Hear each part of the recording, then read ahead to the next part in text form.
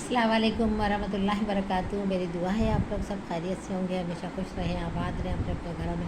आमीन। अल्लाह आपकी रिस्क में बरकत दे, अल्लाह आपको तरक्की दे। आमीन।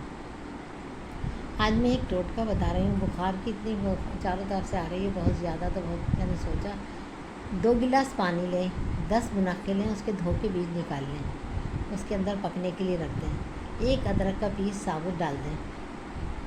हल्दी थोड़ी सी ज़रूर डालिएगा, 1 चम्मच हल्दी डाल दें, उसके अंदर पकने के लिए रख दें। जब वो अच्छी तरह पक जाए ना, 1 गिलास पानी रह जाए तो 2 बंदों में आधा आधा गिलास, आधा आधा कप कर दिएगा, पिला देगा।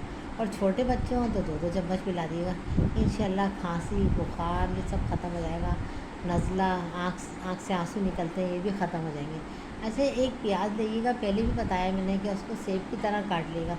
वो ज़रूर आदमी को खिलाएं, किसी कीमत पे खिलाएं। अभी तो रोज़े नहीं खा सकते, मगर ये कि उसके बाद दोपहर में उनको ज़रूर दें खाने के लिए। पूरी प्याज छोटी वाली, एक वाइट वाली ले लें, उसको सेब की तरह काट लें और उसको खिलाएं। इंशाअल्लाह बुखार आपके करीब भी नहीं आएगा, कोई बीमारी भी नहीं होगी।